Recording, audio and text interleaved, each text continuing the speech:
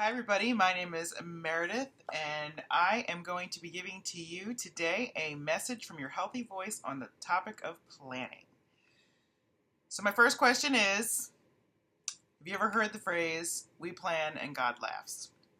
I'm sure you have. So, as a woman, and I'm talking to many of my female friends out there, I'm sure we can be excessive planners, over planners, over analyzers. We like to plan. I know I say to my husband, like, I just need to know the plan of where you're going to be on stuff. And in a lot of ways, it's really important to have a plan, to have a roadmap. But in a lot of ways, it can be detrimental when we're so focused on the plans. So don't mind Ed, he's wanting to be in the camera. Um, so especially when we get excited about something, we want to plan it. Like for me with Healthy Voice, I get so excited about it. It's like, here we go. I want to plan it. I want to see where it's going to go, and I can get stuck there.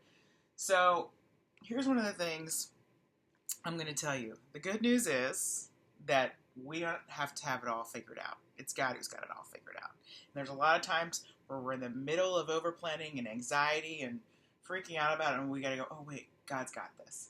So the thing is we're supposed to let God guide our steps and act according to His will and His plan, not ours. So I know it's not easy, and I'm going to give you an example. I don't know how many of you have planned events or are event planners. If you've had kids and planned a birthday party, or, excuse me, you've planned any meal for Thanksgiving or a wedding, you've had some sort of planning in your life, or a birthday party for someone. So I used to be an event planner at the White House, for those of you that don't know. And I would get an event sometimes 3 weeks, sometimes 2 weeks, sometimes 1 week before it was needed to take place. And I had to assemble a whole team, and we needed to make it happen on time. I mean, it was pretty intense. And up until the event, we were running 100 miles a minute. I had interns inviting hundreds of people. I mean, it was crazy. It was awesome and exciting, but it was crazy. And the day of the event, it was like, all right, everything's running smoothly. But afterwards, you'd have this crash, and it would be like, I'd want to sleep for 3 days because I put so much energy into this. So we do it, and then we do that, and then we do it all over again. And it was awesome. I had such a great experience, but it was also kind of exhausting. So here's the deal. I in my time in the Word and studying the Word, I keep seeing how much the Lord wants us to just hope in Him and rest in Him and not worry about our plans and what we're doing. It's like every day when we get that time with Him and we really slow down and listen to Him, He gives us what we need for that day. So I want to give you a couple verses that I was led to share with you today, and I'll probably watch this again because I will need to hear the verses. The first one is Psalm 24. It says, "May He give you the desire of your heart and make all your plans succeed." He wants that. He wants us to hope in Him for what He's got planned in our hearts for our life. Hebrews 11 verse 1 says, "Now faith is being sure of what we hope for and certain of what we do not see." It's like by over planning, we're trying to please God to prove we are enough. And He's like, faith. He's like, you don't have to prove anything. You just got to have faith that I'm going. For verse 6, and then moving on to verse 6, he says, "And without faith, it is impossible, to please God, because anyone who comes to Him must believe that He exists and that He rewards those who earnestly seek Him." So in essence, He's going, seek me, not your plans, hopes, and dreams, but me.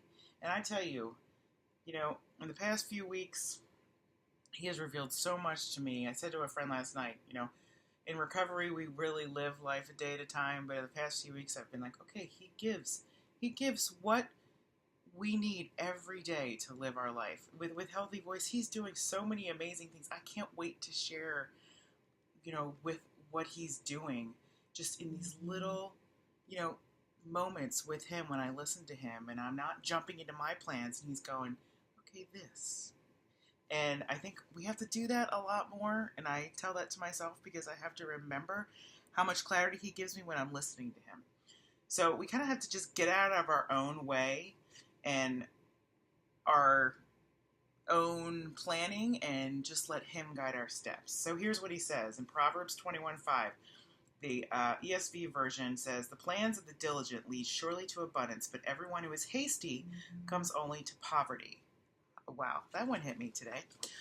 Proverbs 16:3, "Commit your work to the Lord, and your plans will be established." Jeremiah 29:11, "For I know the plans I have for you, declares the Lord, plans for welfare and not for evil, to give you a future and a hope." I know you've heard this. Know you've heard the last one, but we really need to hear it out loud. Proverbs 19:21, I read the Message version of this and I was kind of blown away.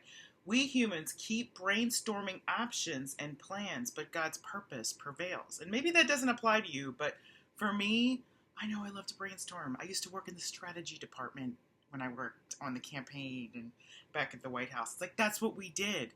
And it's like, I got to get out of my own human plans and get into his. The last one he says, Proverbs 16:9, "The heart of a man plans his way, but the Lord establishes his steps." And it goes back to the verse that I started with, or the thing I started with when I said, we plan, God laughs. Doesn't mean he doesn't want us to take action. We're not supposed to sit on the shore and kind of wait for him to come and say, oh, do this. I really think it's a lot about seeking him, like I said, getting in the Word, and really coming to know him, and coming to know how much he loves you, but then coming to know him through all the promises of his Word. And it's just awesome when you can see that he has got such good stuff planned for us if we just trust in him. But we gotta get out of our own way and let him guide us. So with that, I hope you guys have an awesome Wednesday. Happy almost Mother's Day to all you moms out there, and stepmoms, and soon-to-be moms, and daughters of moms who love your moms like I do. And anyway, have a great day, everybody. And I will see you next week. Ed says bye, too. He's breathing heavy or purring, not quite sure. All right, have a great day.